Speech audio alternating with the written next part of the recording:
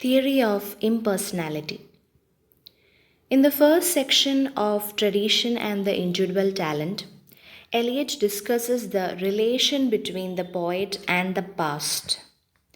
In the second section, he examines the relation between the poet and his poetry. The mind of the poet is likened to a catalyst. The catalyst accelerates a chemical reaction, but it remains inert, neutral, and unchanged. The more perfect the artist, the more completely separate in him will be the man who suffers and the mind which creates.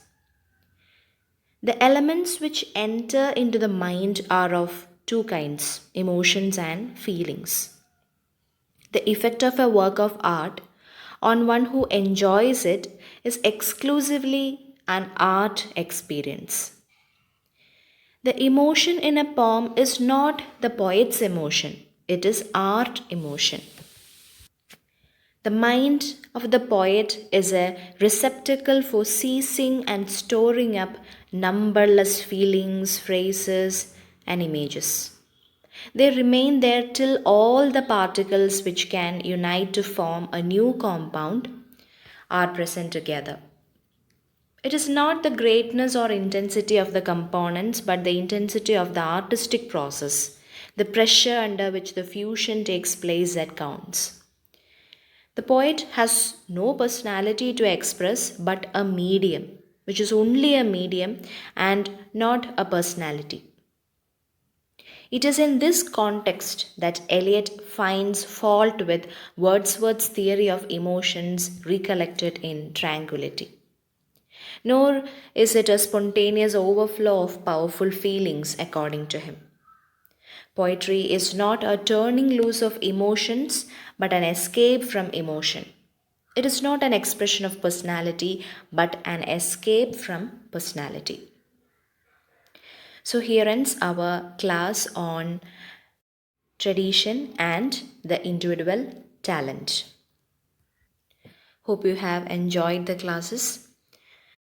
Now, let's see some questions related to this topic. First question: how does Eliot define poetry in terms of emotion and personality? Eliot writes, poetry is not a turning loose of emotion, but an escape from emotion. It is not the expression of personality, but an escape from personality. Next question, complete Eliot's words. Honest criticism and sensitive appreciation are directed not upon the poet, but upon the dash. And the answer is poetry. Next question.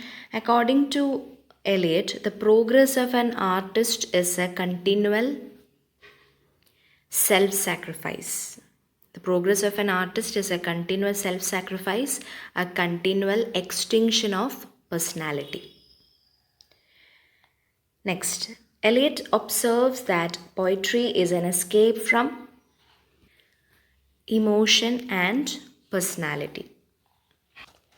Next question, what does TS Eliot mean by the term tradition?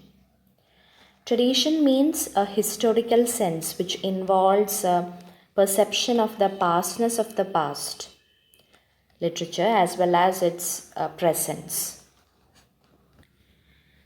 Next one, the mind is doubtless more divine and less subject to passion. What is the source of this quotation in Eliot's essay, Tradition and the Individual Talent?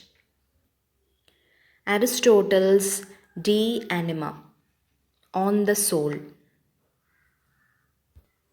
Okay, now we are moving on to a new topic, Module 7, Basic Grammar, transformation of sentences. The transformation of a sentence is all about changing its form without changing its meaning. For example, transforming an exclamatory sentence into an assertive sentence or vice versa. And we can also transform simple sentences into complex or compound sentences. So, first, we'll see how to transform a simple sentence into a compound sentence. For example, the old man sat near the fire smoking. It's a simple sentence.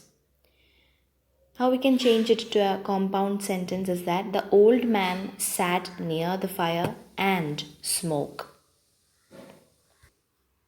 Now, transformation of a simple sentence into a complex sentence. He liked my suggestion. It is a simple sentence. When we change it into a complex sentence, he liked what I suggested. So you should know the difference between these simple sentence, compound sentence, and complex sentence, right? So when a sentence which has only one subject or one finite verb, then it is called a simple sentence. Rajani wrote a letter. There is only one subject and only one finite verb. Then what about complex sentence? When sentences have only one principal clause and one or more subordinate clauses are called complex sentences. When Sunil entered the room, we started laughing. So there you can see a principal clause, a main clause, and also a subordinate clause. So it should be noted that the subordinating clauses may be adjective clauses, adverb clauses, or noun clauses. Now the compound sentence. A compound sentence is made up of two or more principal clauses, and it may have or may not have a subordinate clause. The book was torn and the pages were spoiled. So when you transform between these sentences, there should not be any change in meaning. That's the only thing that we have to take care of. Now there is another transformation, that is changing from exclamatory sentence to assertive sentence, changing from interrogative sentence to assertive sentence, then from imperative sentence to interrogative sentence. So that we will see in the next class. Stay tuned with the channel. Thank you.